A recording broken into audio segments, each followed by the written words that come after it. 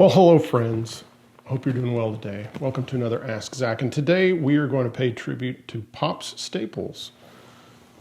I love his playing. I love his singing. I love his family band, the Staple Singers. I love Mavis. And I think I just wanted to do a full episode on Pops.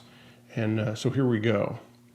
Because I think Pops is just an inspiration, both musically and then learning his story. It's very inspirational. The things he overcame, and being, of course, a part of the civil rights movement, and his upbringing during the in the Jim Crow South, and having a grandfather that was a slave and parents that were sharecroppers, and having the success that he had and the influence that he continues to have, to the point of someone like Steve Cropper in an interview said that, that was a reference point. If someone said, give me some Pop Staples, that meant, turn the tremolo on and give me some, kind of Delta blues playing and some big chords and such. So today we're going to talk about Pops.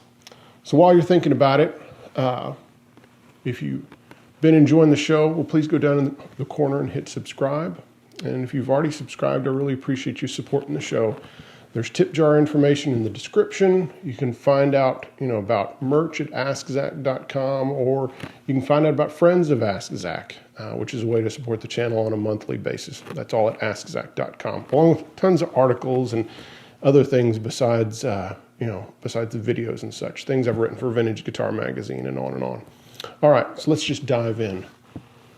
So he wasn't originally called Pops. His given name is Roebuck. So Roebuck Staples was born December 28th, 1914 in Winona, Mississippi. He was born to Warren and Florence Staples. Warren and Florence were sharecroppers, which was kind of one step removed from slavery. It was a situation where the landowner kept the sharecropper in permanent debt. His grandfather, William, was a slave and who was freed and lived to be 103. Roebuck saw the situation. He saw the really bad treatment that he received by the white society of the South, and he didn't really like working in the fields, and he started looking for other ways to make a living. One thing he saw was barefoot fighting, where he would, gamblers would pay for him and someone else to go at it. And evidently he was pretty good at it. But luckily for all of us, instead of continuing to fight, he went with another passion that he could make more money than picking cotton, and that was playing guitar and singing. And he was influenced by Delta blues players like Charlie Patton. And he began, playing and singing, and he would sing at house parties. That was a way for him to make money, and while people slow danced together, and then they'd have, food in the kitchen and moonshine or a still or something like that for people to get their drink on. So that's kind of the environment Roebuck is in. And there's also kind of the rub, just like there is in white society and black society, in all society, between the church and playing secular music. And so he was kind of getting pressure from his parents that blues was not okay. But Roebuck started to see that there could be a way in which blues and gospel kind of work together. And that was with Blind Willie Johnson. And he had a song called, Dark Was the Night, Cold Was the Ground. And it's a wonderful and eerie tune. And I'll put that in the playlist so you can hear that song that was an inspiration. So he kind of felt like after hearing that you could kind of bring together those influences that he had, because it certainly was a religious tune being done by, I guess what you would consider a blues, guitarist and singer. So from there he marries, and they have their first child, Cleotha, and Pop starts thinking about getting out of the South and finding other possibilities, finding other type of work. So he saves up the money and he goes by himself to Chicago. He gets a job working in a slaughterhouse, which is where the song Killing Floor comes from. That was, of course, not written by Pops, but it comes from the big, huge slaughterhouses that were in Chicago where animals were being killed all day long. Pops worked there and then worked for a variety of other places, and until he was able to get enough money to get an apartment and to move his family up there. And in Chicago, his other children were born. Of course, Purvis and Mavis and Yvonne and at that point, and Cynthia later on, and who was the youngest. And during this time, Pops had kind of put the guitar down so that he could concentrate on, making a living and being a good father. But once things kind of start getting settled, he starts thinking about music again, and he starts getting together with some other musicians and trying to, maybe put a band together. Well, what he finds out is that no one is as dedicated or serious about it as he is. Now, it's at this point, he probably could have, gotten upset and moaned or just complained or something like that, but he didn't. What he did was inspiring, and he went home and he got his guitar out and he taught his family to sing. Wow. And so he would pull out his guitar and show a chord and say, Purvis, you sing this note. Mavis, you sing this note. Cleotha, you sing this note. And that's inspired. That's fantastic. And so they worked up a handful of songs, and they had their first gig singing at a church. And it kind of, that started the roller coaster. And soon they had to learn more material. They had to get more songs together. And all of it was based around Pop's, kind of Delta blues type guitar playing, and then the family's, harmony sound. And they eventually get a record deal with United, and then later on with VJ. And it's VJ is where they really hit their stride and they find their sound. And again, the sound is around Pop's guitar and vocals, and the rest of the family's harmony vocals. And of course, Purvis and Mavis were also singing lead, and Mavis quickly became the vocalist that everyone focused on because of her contralto low singing that with just an amazing vocal style. So their sound kind of continues to be honed in, and then the folk boom happens, and people become focused on old folk music, but also there's protest music going on, and you have the rise of a fellow named Bob Dylan. And Bob Dylan ends up being on some shows with the Staples, and they get to know each other, and they end up performing some of Bob's tunes, like Blowin' in the Wind. And if you think about the opening lines to the tune, I think that you can see how that would resonate with a black man that was born in the Jim Crow South. And other tunes like Masters of War and A Hard Rain's Gonna Fall. So also you have, of course, the civil rights movement that's already been gaining steam all through the 50s and really kind of hitting, going full steam ahead in the early 60s.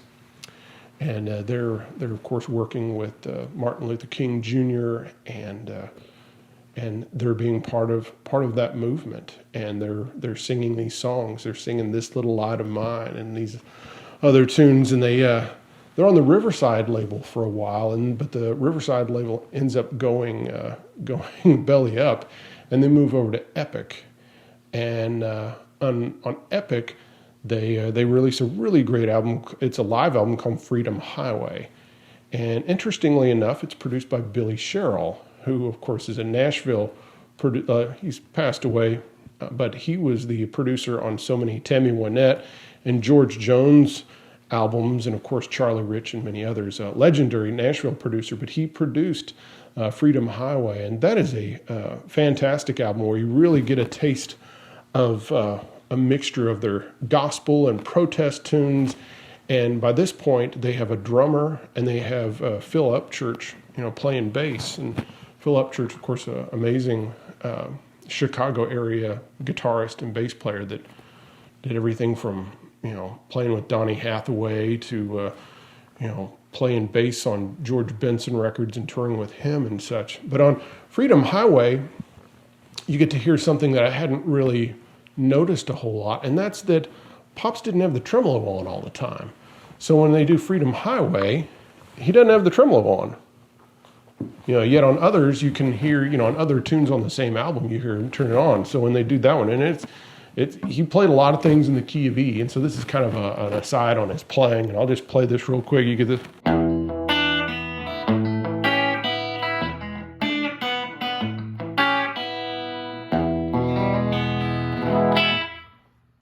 But there's no tremolo on it. But then you can hear it when he brings it back in, on some of the other tunes, like when they do Saints Go Marching In, or some of the other tunes where you get that beautiful tremolo that he would get. So after Epic, they signed with Stax. Now I need to take one step back and mention this about Bob Dylan. Is that most people don't know that, Bob Dylan asked Mavis to marry him, and they kind of saw each other for a while, and that blew my mind. I thought that was fantastic, and good on Bob Dylan. So it's too bad that didn't happen, but I thought that was a really neat story. So back to the timeline. So they end up signing with Stax. And they do a record or two with Steve Cropper producing. And you also get the Jam Together album, which is, of course, Pops along with Albert King and Steve Cropper. And that's an interesting album. It's a bit of a mishmash. I mean, it's neat to hear, those guys playing together. But with Cropper leaving Stax in around 1970, Al Bell, who was the president of Stax at that point, he starts using the Swampers down in Muscle Shoals. Well, unfortunately, what that means is a departure away from Pop's guitar playing. So once they start using the Muscle Shoals cats, which of course included, the great David Hood on bass, which she even references, and I'll take you there, play it, little David. Jimmy Johnson playing rhythm guitar, and he had Eddie Hinton playing a lot of lead guitar on those tracks. Eddie Hinton, another Muscle Shoals great artist, songwriter, guitarist. But as good as those records are, it's really a huge departure from their original sound. It brought them greater success, but it's so different than the gospel or the protest things that were a lot based around Pop's guitar playing. So, but by the time the 80s come around, Mavis has gone solo. The band has the staple singers have disbanded. Pops is doing he's doing some shows, by himself, usually just him and a guitar, usually festivals. And they only kind of get back together for award shows and certain ceremonies and things like that. Pops does a record with Ry Cooder. And finally, before Pop's passing, he made a record and gave the master to Mavis and said, "Don't lose this." And so that's what they named it. And that came out a number of years ago. I believe Jeff Tweedy was involved in getting that out with help from Mavis. So that's kind of the Pops story, kind of the shortened, condensed version. And this is where things kind of continue in an interesting way after his passing. So Mavis continued to perform, and more as an R&B outfit, and meaning kind of staying with the Stax sound, like I'll Take You There era, and a band that's reproducing that sound. Well, she ends up playing a show in Santa Monica, California. Well, she's set to play a show, and the Rick Holmstrom trio is opening. Well, Rick Holmstrom's playing, their opener, and all of a sudden the promoter starts to tell him, play more, play more, play more. Well, Rick and his little trio play a couple more tunes. Then they find out that Mavis's band has not shown up. Evidently, there was a problem with the flight, and they didn't make it. And so the promoter asks them to back up Mavis. Well, how are they supposed to know Mavis's tunes? They didn't, they're not prepared. They're not rehearsed, but they do it anyway. The show must go on. And so Rick backs up Mavis, and Rick told me, and this was in an interview that I did with Rick for the True Tone Lounge, he says there was this funny looking guy off stage who was really digging what we were doing. And after the show, he talks to me, and it was Ry Cooder. So Ry Cooder was producing an album on Mavis at that point, and it was going back to her old style with her dad, the old 50s and 60s, kind of smaller combo sound. And of course, Ry Cooder loved Rick's playing and loved his band and loved the sound of them together. And so it's Ry Cooder that convinces Mavis to shed her old band and to hire Rick and his little, his trio. And then also they get some background singers, and they basically kind of reproduce the old Staples sound, but modernized.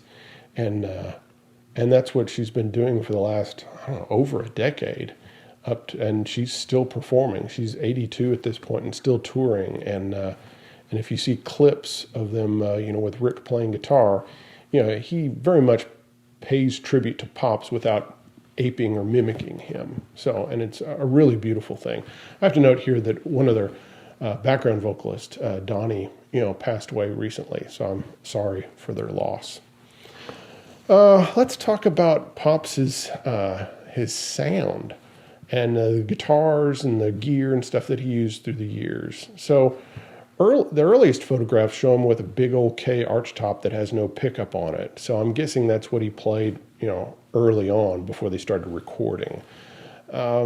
Their earliest publicity photo with VJ shows him with an Orpheum guitar. And you ask, what's an Orpheum guitar?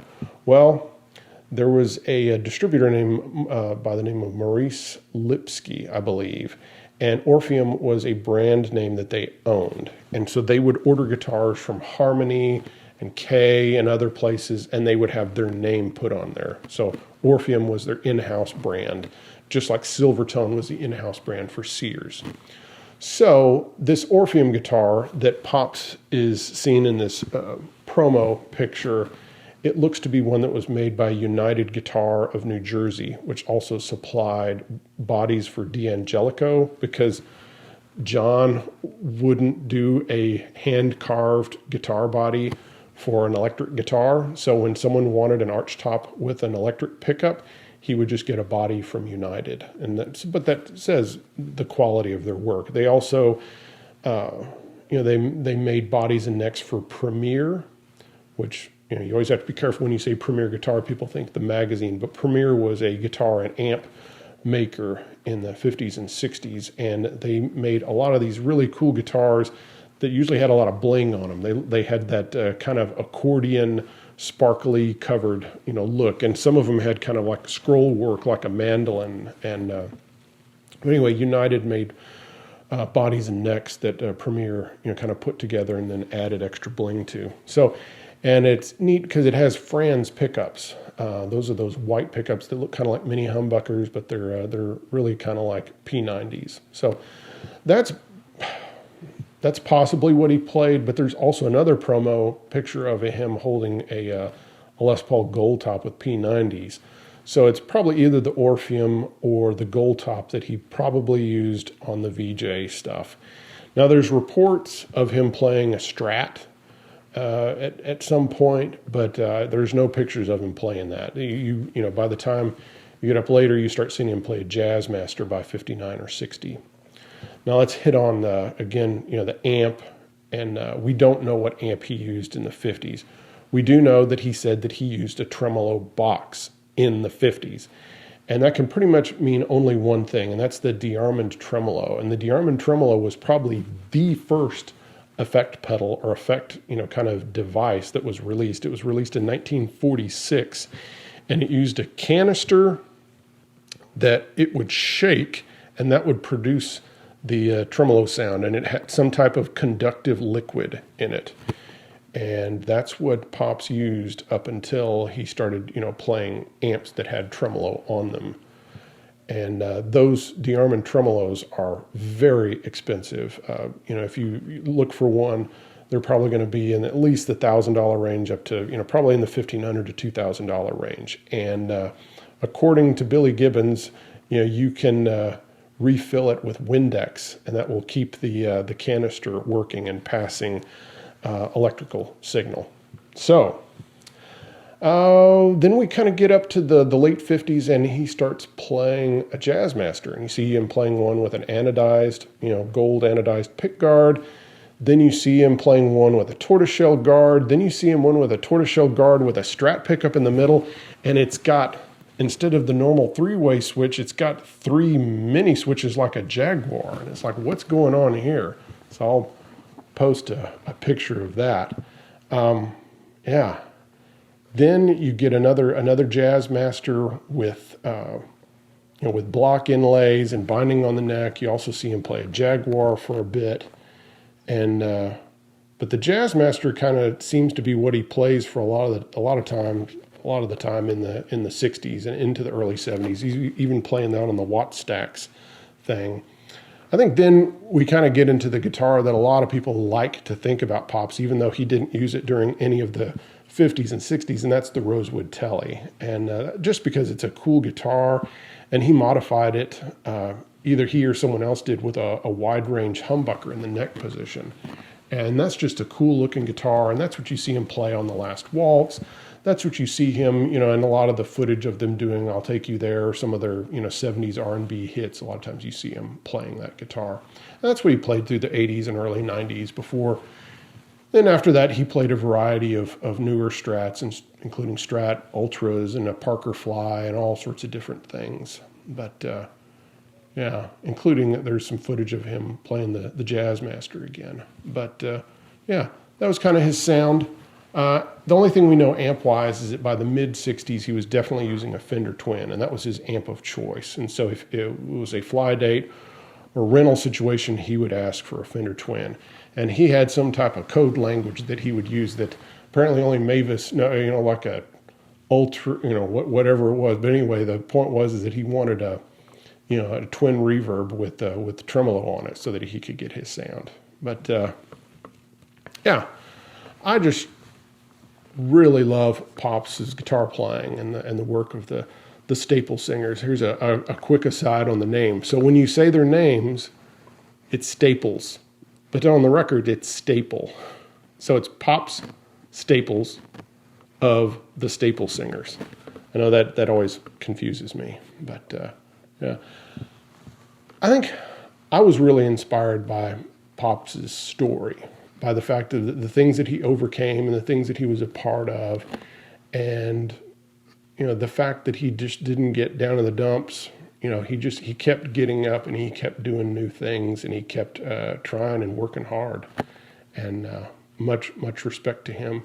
Also love the fact that reading about him, I found out about how he was kind of a father figure to people like Curtis Mayfield, or Bobby Womack, or, a lot of others, looked up to him, and he, influenced probably their musically also, but they loved his music and they loved him as a man.